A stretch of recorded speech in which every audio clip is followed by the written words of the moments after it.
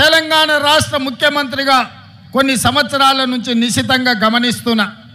ఈ ప్రాంతానికి ఇక్కడ పాలించే నాయకులుగా మేము కావాలనుకుంటున్నారు. కానీ ప్రశ్నించే గొంతులు ఎవరి ప్రాంతంలో లేరు. ఎందుకంటే ప్రశ్నించే గొంతులు ఉన్నప్పుడే పాలకులు మన మాట వింటారు. ఢిల్లీలో ఉన్న మోడీ ఇవాళ ఈ ప్రాంతం మీద ఆధిపత్యం చెలాయించాలనుకుంటున్నాడంటే ఈ ప్రాంతం నుంచి మోడీని ప్రశ్నించే వాళ్ళు లేకపోవడం వల్లనే ఇవాళ మీ హక్కుల గురించి ఎవరు మాట్లాడతలేరు. 10 ఏళ్ళైనా మీ పోలవరం పూర్తి కాలే. 10 ఏళ్ళైనా ఆంధ్రప్రదేశ్కు రాజధాని ఎక్కడంటే ఎక్కడుందో చెప్పలేని పరిస్థితి ఇవాళ ఆంధ్రప్రదేశ్కు దాపురించింది.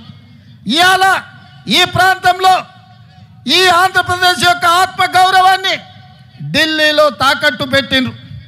ఆనాడు ఈ తెలుగు రాజకీయాల నుంచి, ఈ తెలుగు నేల నుంచి నీలం సంజీవారెడ్డి గారు కావచ్చు, పివి నరసింహారావు గారు కావచ్చు, ఆ తర్వాతి తరంలో మనకు ఎన్టీఆర్ కావచ్చు, డాక్టర్ వైఎస్ఆర్ కావచ్చు, ఆ తర్వాత జైపాల్ రెడ్డి గారు కావచ్చు, వెంకయ్య నాయుడు గారు కావచ్చు, ఈ ప్రాంతం నుంచి తెలుగు రాష్ట్రాల నుంచి తెలంగాణ ఆంధ్రప్రదేశ్ ప్రాంతాల నుంచి గల్లీ నుంచి ఢిల్లీ వరకు మన ఖ్యాతిని పెంచి ఈ ప్రాంత సమస్యల మీద కేంద్ర ప్రభుత్వాల నుంచి వాళ్ళు సాధించిన వాళ్ళు, దేశ రాజకీయాలను శాసించిన వాళ్ళు.